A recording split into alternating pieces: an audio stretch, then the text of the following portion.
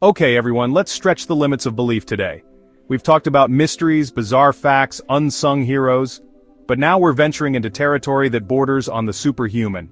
Forget capes and comic books for a moment. Reality has its own cast of characters whose abilities and achievements seem to defy the normal boundaries of human potential.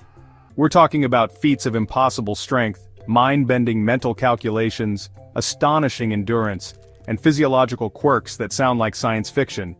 So prepare to be amazed, possibly bewildered, as we embark on an extra-long exploration of real people throughout history who accomplish things that seem, well, almost superhuman.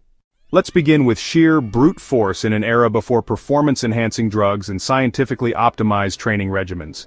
Meet Wiltshire, a French-Canadian strongman born in 1863. Standing just under 5'9", Cyr possessed legendary strength that remains astonishing even by today's standards. His documented feats read like something out of mythology. In 1895 in Boston he performed a backlift of over 4,300 pounds, that's more than 2 tons, lifting a platform holding 18 large men. He could lift a 500-pound weight off the ground with just one finger. He famously resisted the pull of 4 large horses, 2 pulling in each direction, straining to separate his arms. He traveled North America and Europe demonstrating his power, challenging anyone to match his lifts, usually finding no takers. Unlike some showmen who relied on trickery, Cyr's feats were generally well documented and witnessed by large crowds and press. He wasn't just strong, he was built like a tank, with immense measurements for his chest, biceps and neck. While comparing eras is difficult, many strength historians still consider Wiltshire arguably the strongest man who ever lived, a real-life Hercules whose power seemed to border on the superhuman. From raw power to incredible endurance combined with selfless heroism. Let's journey to Soviet Armenia in 1976 and meet Shavarsh Karapetyan. Karapetyan wasn't just an ordinary man, he was a world record-holding champion fin swimmer, possessing incredible lung capacity and stamina. On a cold September morning, Karapetyan was finishing a training run alongside Yerevan Lake when disaster struck. A packed trolley bus careened off a dam wall and plunged into the freezing, heavily polluted reservoir, sinking rapidly some 30 feet below the surface. Without a second thought, Karapetyan dove into the murky, frigid water. Visibility was near zero. He managed to kick out the bus's rear window with his feet and began pulling unconscious passengers out one by one. He made repeated dives deep into the darkness, battling the cold and the near-impenetrable pollution, bringing victim after victim to the surface where rescuers took over. He pulled out far more people than could possibly fit on the bus, later realizing in the darkness he'd mistakenly grabbed a submerged seat cushion on one dive, a mistake that reportedly haunted him. He managed to rescue 20 people from the submerged bus. Sadly, not all survived resuscitation efforts. The ordeal lasted only about 20 minutes but took an immense physical toll. Karapetyan was hospitalized for 45 days, suffering from severe cuts from broken glass, nerve damage from the cold, and life-threatening sepsis from the heavily polluted water, which led to lung complications. This heroic act effectively ended his unparalleled athletic career. Shavarsh Karapetyan's split-second decision and astonishing feat of endurance under horrific conditions stand as a testament to almost superhuman courage and self-sacrifice. Now let's shift from physical feats to the extraordinary capabilities of the human mind. Meet Stephen Wiltshire, an artist diagnosed with autism as a child, who possesses an artistic and mnemonic ability so profound, he's often called the human camera. Wiltshire has the remarkable capacity to draw incredibly detailed, accurate, and architecturally precise landscapes and cityscapes entirely from memory, after seeing them only once, sometimes for just a matter of minutes. Imagine taking a brief helicopter ride over a sprawling metropolis like Rome, London, Tokyo, or New York City, and then sitting down with pens and paper and recreating the entire panorama, every building, window, street, landmark, perfectly to scale, over several days of intense drawing. Wiltshire does exactly that. His drawings are celebrated not just for their astonishing accuracy and detail, which capture the character and complexity of urban environments, but also for their artistic merit. His unique talent seems to combine eidetic memory with exceptional artistic skill and focus. Watching him work, translating a fleeting visual memory into a vast, intricate artwork, feels like witnessing a superpower made real, a testament to the diverse and often surprising ways the human brain can perceive and process the world. From visual memory to a very different kind of extraordinary ability, the capacity to eat literally anything. Meet Michel Lotito, a French entertainer born in 1950, better known by his stage name Monsieur Mange-Tout, which translates to Mr. Eats All. And he truly lived up to the name. Lotito became famous for his ability to consume materials normally considered completely indigestible, even dangerous. Starting in childhood, reportedly after a glass he was drinking broke and he began eating the fragments, Lotito developed a taste for the inedible. Throughout his career he consumed bicycles including spokes and chains, shopping carts, chandeliers, televisions, beds, skis, computers, and famously an entire Cessna 150 airplane. Eating the airplane took him approximately 2 years, from 1978 to 1980, breaking it down into small pieces first. How was this possible? Doctors examining Lotito discovered he apparently had an unusually thick stomach lining and intestines, and his digestive acids were exceptionally potent, allowing him to break down materials others couldn't. He would break metal objects into small pieces, consuming them with mineral oil as a lubricant and plenty of water. It's estimated he consumed around 9 tons of metal over his lifetime.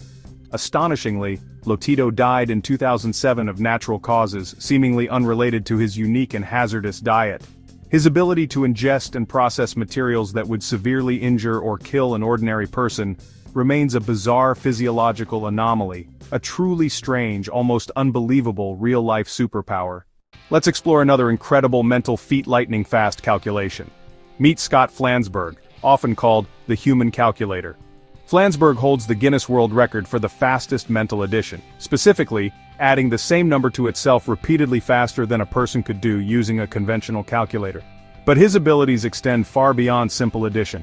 He can perform complex multiplication, division, square roots, cube roots, and calendar calculations with astonishing speed and accuracy, often giving the answer almost instantaneously.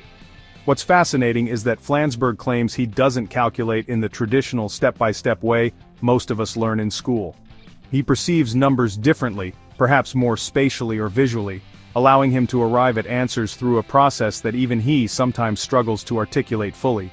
He didn't realize his ability was unusual until he was older. He simply assumed everyone saw numbers the way he did. His talent has been studied by researchers exploring cognitive function and numerical processing. Scott Flansburg demonstrates a form of mental acceleration that seems almost superhuman, showcasing the brain's potential for processing information in ways far removed from our everyday experience.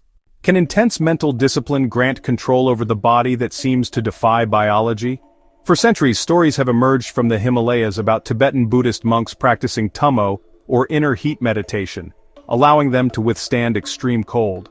While some accounts might be exaggerated folklore, scientific studies, notably those pioneered by Dr. Herbert Benson of Harvard Medical School in the 1980s, have documented remarkable physiological feats achieved through this practice. Researchers observed monks, wearing only light robes, meditating for hours in freezing temperatures, around 40 degrees Fahrenheit or 4 degrees Celsius.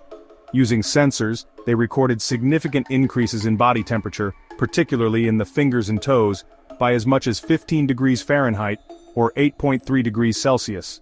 In perhaps the most famous demonstration, monks were able to dry cold, wet sheets wrapped around their naked bodies solely through the heat generated during tummo meditation, often repeating the process multiple times in a single session.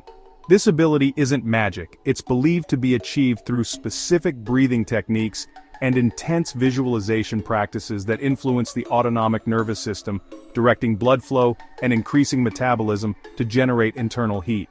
While requiring years of dedicated practice, tummo meditation offers compelling evidence of the mind's potential to exert conscious control over bodily functions usually considered involuntary, achieving a level of thermal regulation that appears almost superhuman. Now for a different kind of seemingly superhuman feat: cheating death itself. Meet Stamatis Moraitis. In 1976, Moraitis, a Greek immigrant living in the United States, was diagnosed with terminal lung cancer. Doctors gave him a grim prognosis, 6 to 9 months to live. Faced with the high cost of treatment in the US and wanting to die among his own people, Moraitis decided to return to his native island of Ikaria, a Greek island in the Aegean Sea, known for the remarkable longevity of its inhabitants. He figured a funeral would be cheaper there anyway. Back in Ikaria, he initially spent his days in bed, waiting for the end. But as weeks turned into months, he started feeling a bit better. He began reconnecting with childhood friends, spending time talking, laughing, and drinking local wine. He planted a small vegetable garden, expecting he wouldn't live to harvest it. But he did. He tended olive groves. He slowly rebuilt his parents' old house. He embraced the slow pace, the strong social connections, and the healthy Mediterranean diet of his island home. Years passed, then decades. He outlived the doctors who gave him his diagnosis. Reportedly, some 25 years after his terminal diagnosis, he went back to the US to ask his doctors what happened, only to find they had all died. Stamatis Moretus lived to be nearly 100 years old. Reports vary slightly on his exact age at death in 2013. While his story is often cited in discussions about lifestyle, stress, and the health benefits found in blue zones like Ikaria, his recovery from a terminal diagnosis and subsequent decades of healthy life feel like an almost superhuman act of resilience and longevity. Finally, let's consider the extraordinary mind of Daniel Tammet. Born in London, Tammet is an autistic savant with a rare and profound form of synesthesia, a neurological condition where senses blend. For Tammet, numbers aren't abstract concepts. Each integer up to 10,000 has a unique shape, color, texture, and emotional quality. He describes the number 1 as a brilliant white flash, 5 as a clap of thunder, and 289 as particularly ugly. This unique sensory landscape allows him to perform staggering feats of memory and calculation. In 2004, he recited the mathematical constant pi from memory to 22,514 decimal places, taking over 5 hours, a European record. His synesthesia also extends to language. He sees words as having colors and textures, which aids his remarkable linguistic abilities. Famously, for a documentary, he learned to speak conversational Icelandic, considered a highly complex language, fluently in just 1 week. He doesn't just memorize vocabulary, he seems to absorb the structure and feel of the language intuitively. Unlike some savants who struggle with abstract thought or communication, Tammet is highly articulate and can describe his unique subjective experience, offering invaluable insights into neurodiversity and the different ways minds can work. His abilities, the vast memory, the rapid language acquisition, the unique sensory world, truly push the boundaries of what we consider normal human cognition, bordering on the superhuman. From astonishing strength and endurance to minds that calculate like computers, remember entire cities, learn languages in days, and bodies that withstand extreme cold, generate incredible heat, consume the inedible, or defy terminal illness, the potential within the human form and mind is truly staggering. Are these individuals superhuman, or do they simply represent the extraordinary untapped capabilities inherent within the human species, unlocked through genetics, environment, intense practice, or sheer force of will? Whatever the answer, their stories challenge our notions of limitation and inspire awe at the incredible spectrum of human existence. Thank you for joining me on this marathon exploration of seemingly superhuman feats. Which story astounded you the most? Let me know your thoughts in the comments below. If you enjoyed peering into the limits of human potential, please hit that like button and subscribe for more journeys into the amazing and the unbelievable. Until next time, keep wondering what wonders humans are truly capable of.